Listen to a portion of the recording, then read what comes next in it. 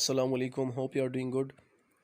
आज हम कर रहे हैं केमिस्ट्री फर्स्ट ईयर और यहाँ पर हमारे पास चैप्टर नंबर 3 है, theories of covalent bond and shapes of molecule. इसमें हमारे पास टॉपिक है एप्लीकेशंस ऑफ विस्पर थ्योरी। हमने इससे पहले एक वीडियो बनाई थी जिसमें हमने विस्पर थ्योरी को एक्सप्लेन किया था, उसके पोस्टुलेट्स हमने एक्सप्लेन किए थे। आज हम करेंगे विस्पर थ्योरी के एप्लीकेशंस। तो विस्पर थ्योरी में दो चीज़ें बताती है, एक ज्योमेट्री ऑफ मॉलिक्यूल्स के बारे में बताती है और टाइप्स ऑफ ज्योमेट्री भी आप बोल सकते हैं, और ये हमें ये भी बताती है कि हमारे पास मॉलिक्यूल्स के कितने पॉसिबल स्ट्रक्चर्स आ सकते हैं। सो इस डिटेल को हम करेंगे और स्टार्ट करते हैं पॉइंट नंबर 1 से। हमारे पास इसका फर्स्ट पॉइंट है shapes of molecule containing 2 electron pairs.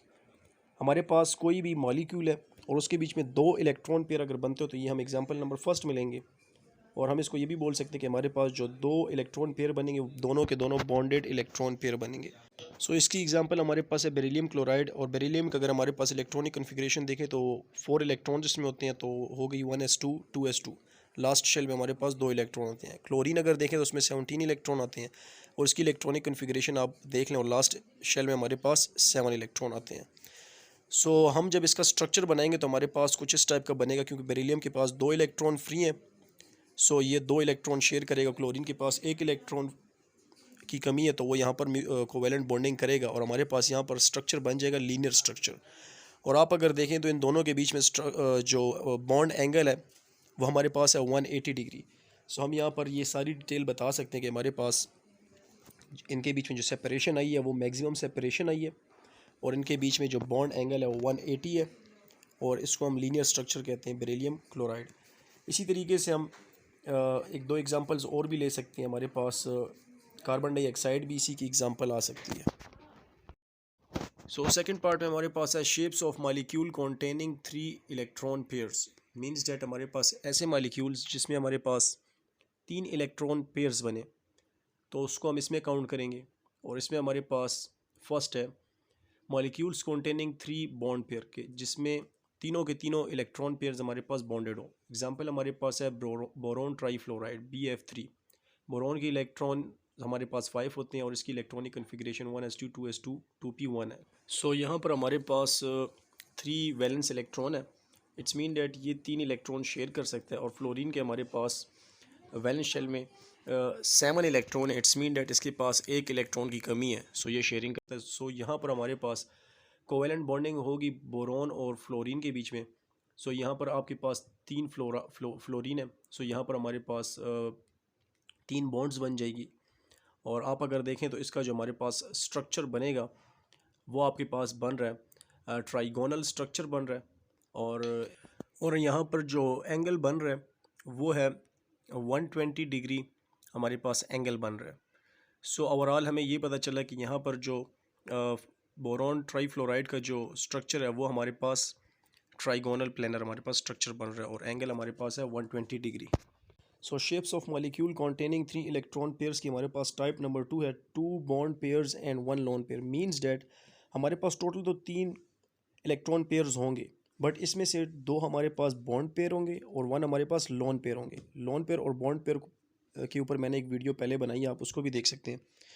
यहाँ पर हमारे पास एग्जाम्पल है स्टेनस क्लोराइड। स्टेनस क्लोराइड आप 10 क्लोराइड भी बोल सकते हैं। यहाँ पर हमारे पास एक 10 का एटम है और 2 हमारे पास क्लोरीन के एटम है।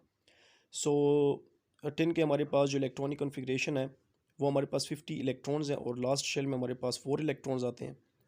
क्लोरीन का हमारे पास एटॉमिक नंबर है 17 और इसके वैलेंस शेल में 7 इलेक्ट्रॉन आते हैं। ये हमारे पास 1 इलेक्ट्रॉन शेयर करेगा, और हमारे पास 10 के पास 4 इलेक्ट्रॉन है। बट यहाँ पर हमारे पास क्लोरीन 2 हैं। सिर्फ 2 इलेक्ट्रॉन यहाँ पर शेयर होंगे 10 के, लेकिन यहाँ पर 2 इलेक्ट्रॉन्स हमारे पास फ्री बच जाएंगे, जिसको हम लोन पेयर ऑफ इलेक्ट्रॉन कहेंगे। और 2 इलेक्ट्रॉन हमारे पास जो क्लोरीन के साथ शेयर हुए 10 के, उसको हम बॉन्ड पेयर कहेंगे। इसीलिए हमने इसको नाम दिया है 2 bond pair and 1 lone pair. अब यहाँ पर जो लोन पेयर वाले इलेक्ट्रॉन्स हैं वो सेपरेशन ज़्यादा कर देंगे और उसमें एंगल काफ़ी ज़्यादा आ जाएगा। और क्लोरीन मॉलिक्यूल्स को क्लोरीन एटम के दरमियान जो एंगल बन रहा है वो 95 डिग्री बन रहा है। और यहाँ पर हमारे पास जो बॉन्ड लेंथ है 10 की और क्लोरीन की वो है 242 पिकोमीटर। ओवरऑल हम ये कह सकते हैं कि हमारे पास इसका जो स्ट्रक्चर है वो हमारे पास एंगुलर स्ट्रक्चर है। सो यहाँ पर हमारे पास चेंज ऑफ एंगल आ रहा है, वी शेप आ रही है। तो पहले एक्सपेक्ट तो ये किया जा रहा था कि 120 डिग्री एंगल आएगा, बट यहाँ पर एंगल डिक्रीज़ हो गया 120 से 95 डिग्री पर। और इसकी एक मेन वजह यही है कि हमारे पास यहाँ पर बॉन्ड पेयर और लोन पेयर के बीच में जो रिपल्शन है वो ज़्यादा होती है as compare to bond pair और बॉन्ड पेयर। हमारे पास जो पिछला पॉइंट था, पॉइंट नंबर 1, जिसमें तीनों के तीनों बॉन्ड पेयर थे, उसमें रिपल्शन कम थी क्योंकि वो बॉन्ड और बॉन्ड पेयर के बीच में रिपल्शन थी। यहाँ पर हमारे पास बॉन्ड पेयर और लोन पेयर के बीच में रिपल्शन है। सो हमारे पास ये as compare to previous one हमारे पास ज़्यादा रिपल्शन होगी। एप्लीकेशन ऑफ विस्पर थ्योरी में हमारे पास थर्ड टाइप है, shapes of molecule having 4 electron pairs. Means that हमारे पास अगर 4 इलेक्ट्रॉन पेयर्स आ गए तो उसमें हमारे पास शेप्स कैसे होंगे। इसमें हमारे पास फर्स्ट टाइप है having all 4 bond pairs. Means that हमारे पास 4 के 4 जो इलेक्ट्रॉन पेयर्स हैं वो चारों के चारों बॉन्डिंग में हिस्सा लेंगे। सो यहाँ पर हमारे पास इसकी एग्जांपल है मीथेन CH4।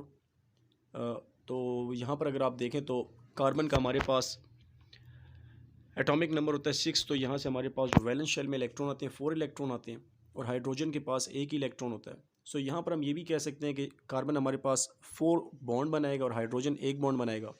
सो यहाँ पर हमारे पास फुल बैलेंस हो जाएगा, मतलब कार्बन हमारे पास चारों के चारों बॉन्ड हाइड्रोजन के साथ बना लेगा।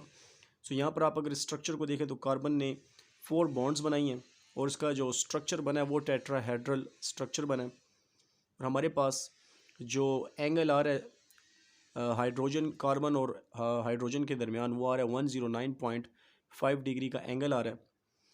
और आप अगर ये रेड लाइंस को देखें जो इसमें है, सो इन रेड लाइंस जो हमारे पास शेप्स बन रही है इसको हम कहते हैं टेट्राहेड्रल शेप। सो हम यहाँ पर ये भी कह सकते हैं कि हमारे पास मीथेन का जो स्ट्रक्चर है वो टेट्राहेड्रल स्ट्रक्चर है। और जो ब्लैक लाइंस आपको यहाँ पर नज़र आ रही हैं हमारे पास कोवेलेंट बॉन्ड है इनके दरमियान। तो हमारे पास कोवेलेंट बॉन्डिंग हुई है यहाँ पर। और जो स्ट्रक्चर यहाँ पर हमारे पास बन रहा है विस्पर स्ट्रक्चर, वो हमारे पास है टेट्राहेड्रल या tetrahedron structure. So shapes of molecule having 4 electron pairs में हमारे पास टाइप नंबर 2 है 3 electron bond pair and 1 electron lone pair. Means that हमारे पास इसमें 4 इलेक्ट्रॉन पेयर्स में से 3 हमारे पास बॉन्डिंग में हिस्सा लेंगे 3 पेयर, और 1 हमारे पास लोन पेयर आएगा। सो एग्जाम्पल में हमारे पास है एमोनिया NH3। और अगर नाइट्रोजन को देखें तो नाइट्रोजन के वैलेंस शेल में 5 इलेक्ट्रॉन आते हैं और हाइड्रोजन के वैलेंस शेल में 1 इलेक्ट्रॉन आता है। सो अगर डॉट एंड क्रॉस स्ट्रक्चर इसका बनाएं तो हमें सिंपली पता चलता है कि 3 इलेक्ट्रॉन नाइट्रोजन के पार्टिसिपेशन में हिस्सा ले रहे हैं बॉन्डिंग में, और हमारे पास 2 इलेक्ट्रॉन लोन रह जाते हैं जिसको हम लोन पेयर भी कहते हैं। सो यहाँ पर हमारे पास इसका जो स्ट्रक्चर बनेगा वो कुछ इस टाइप का बनेगा, इसको ट्राइगोनल पायरामिडल भी। यहाँ पर हमारे पास एक लोन पेयर ऑफ इलेक्ट्रॉन है और इसी लोन पेयर ऑफ इलेक्ट्रॉन की वजह से हमारे पास जो स्ट्रक्चर आया वो पायरामिडल आया, 3D स्ट्रक्चर आ गया। और हमें मालूम है जैसा कि लोन पेयर और बॉन्ड पेयर के बीच में रिपल्शन ज़्यादा होती है। सो इस वजह से लोन पेयर ने हाइड्रोजन्स को रिपेल किया और वो हमारे पास पायरामिडल स्ट्रक्चर दे रहा है। और अगर बॉन्ड एंगल की बात की जाए तो हमारे पास यहाँ पर बॉन्ड एंगल आ रहा है 107.5 डिग्री। ये हमारे पास बॉन्ड एंगल है इसके बीच में पायरामिडल स्ट्रक्चर में। So shapes of molecule having 4 electron pairs की हमारे पास टाइप नंबर 3 है 2 lone pair and 2 bond pair. Means that इसमें हमारे पास 4 इलेक्ट्रॉन पेयर्स होंगे, उसमें से 2 इलेक्ट्रॉन पेयर हमारे पास बॉन्डिंग में हिस्सा लेंगे और 2 इलेक्ट्रॉन हमारे पास बॉन्डिंग में हिस्सा नहीं लेंगे। सो हमारे पास एग्जांपल है वाटर की। सो ऑक्सीजन के पास यहाँ पर 6 इलेक्ट्रॉन है वैलेंस शेल में, सो इसके पास 2 इलेक्ट्रॉन शेयरिंग करने की कैपेसिटी, और हाइड्रोजन के पास 1 इलेक्ट्रॉन है वैलेंस शेल में। So dot and cross structure में अगर देखें तो हमारे पास ऑक्सीजन के पास 6 इलेक्ट्रॉन है बट 2 इलेक्ट्रॉन ये शेल में। सो ये 2 हाइड्रोजन के साथ 2 इलेक्ट्रॉन्स अपने शेयर कर लेगा और बॉन्ड बन जाएगी, और 2 हमारे पास लोन पेयर बच जाएंगे, और इसी तरह हमारे पास 2 बॉन्ड पेयर आ गए। तो हम अगर इसका स्ट्रक्चर देखें तो हमारे पास यहाँ पर स्ट्रक्चर के बीच में जो एंगल आ रहा है हाइड्रोजन ऑक्सीजन और हाइड्रोजन के बीच में 104.5 डिग्री एंगल आ रहा है। और ये एंगल जो हमारे पास कम हो गया ये हमारे पास 2 लोन पेयर की वजह से हो गया, 2 लोन पेयर ऑफ इलेक्ट्रॉन्स की वजह से हमारे पास एंगल कम हो। और अगर बॉन्ड लेंथ आप देखें तो ये हमारे पास है 90.57 पिकोमीटर, ये हमारे पास बॉन्ड लेंथ है। अगर विस्पर मॉडल हम इसका बनाएं तो हमारे पास विस्पर मॉडल हमारे पास इस टाइप का बन रहा है। और ओवरऑल हम इस स्ट्रक्चर को कहते हैं एंगुलर स्ट्रक्चर। सो ये हमारे पास थी एप्लीकेशंस ऑफ विस्पर थ्योरी